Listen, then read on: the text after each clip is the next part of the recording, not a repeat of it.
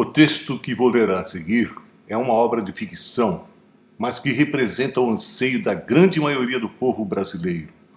Trata-se da simulação de um decreto baixado por todos nós, brasileiros, ansiosos que estamos de ver grandes mudanças na classe política nacional. Vamos a ele. Decreto. O povo brasileiro, no uso das atribuições que lhe são conferidas por lei, essencialmente pela Constituição da República Federativa do Brasil, e, considerando o fato de que o Brasil ostenta ser, hoje, a sexta maior economia do mundo, considerando o fato de que, ainda assim, milhões de brasileiros passam fome nesta terra em que, já dizia Pero Vaz de Caminha, em se plantando tudo dá.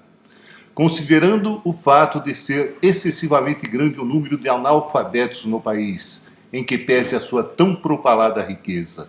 Considerando que grande parte dos alfabetizados o são apenas parcialmente e os que se encontram em níveis mais avançados de estudo têm conhecimento apenas sofrível das matérias básicas, em virtude da péssima qualidade de ensino em nossas escolas públicas, de salas de aulas adaptadas, no mais das vezes, ante a ausência de prédios públicos e da falta de materiais, os mais simples. Considerando o fato de que milhões e milhões de brasileiros não possuem moradia e os que a possuem não dispõem de infraestrutura básica, ou seja, água encanada, esgoto e energia elétrica. Considerando o fato de que centenas de brasileiros morrem diariamente em acidentes automobilísticos ante a falta de conservação das estradas que, eventualmente, estejam asfaltadas. Considerando o fato de que somente as estradas onde há cobrança de pedágio extorsiva pelas concessionárias ante a complacência dos governos ou desgovernos, que firmam contratos extremamente favoráveis às concessionárias e desfavoráveis aos usuários, considerando o fato de que a insegurança impera no Brasil ante a falta de presídios, ante a existência de leis que trata com extrema clemência os facínoras da pior qualidade, permitindo que saiam pela porta da frente da delegacia ou do fórum, sem que tivessem permanecido sequer alguns minutos presos, que protege os menores de hoje, como protegia os menores de 1949, como se o intelecto daqueles e destes fosse idêntico. Considerando o caos que impera na saúde pública ante 1. A falta de leitos para internação, pelo reduzidíssimo número de hospitais hoje existentes. 2. Falta de materiais, os mais simples, e inexistência de aparelhamentos mais sofisticados para exames mais precisos. 3. Absoluta falta de profissionais, principalmente médicos, cuja remuneração é risível, assim como é risível a remuneração de profissionais dos mais importantes no país que se pretende seja desenvolvido. Considerando que a democracia é um regime de governo em que o poder de tornar importantes, em que o poder de tomar importantes decisões políticas está com os cidadãos, povo, direta ou indiretamente, por meio de representantes eleitos, considerando que os nossos representantes, principalmente aqueles que compõem o Congresso Nacional, nada fazem de importante em prol do sofrido povo brasileiro, e sim apenas em benefício próprio, como todos sabem, o povo decreta. Artigo 1º. Fica dissolvido o Congresso Nacional. Artigo 2º.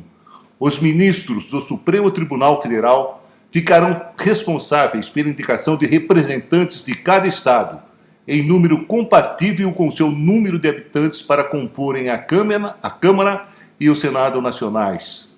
Artigo 3º.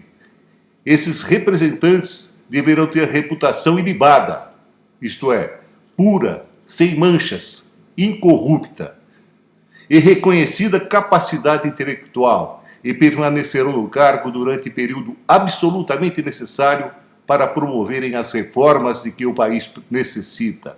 Artigo 4º.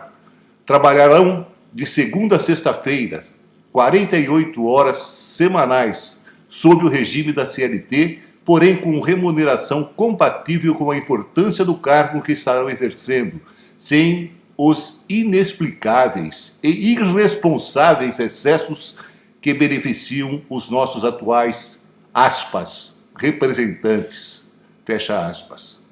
Artigo 5º.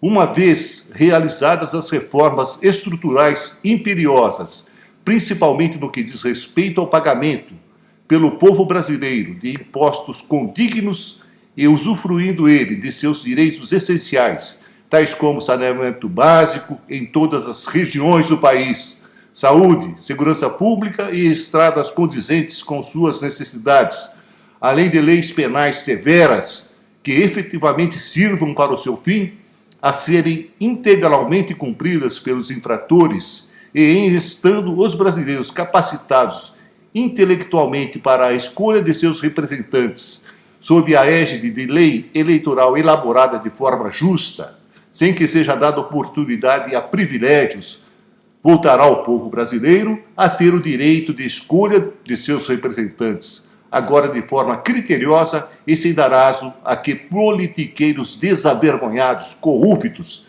ladrões de felicidades, de saúde, de vidas, enfim, apoderem-se do poder e passem a agir como agem hoje, infelizmente, para a maioria dos brasileiros. Artigo 6º.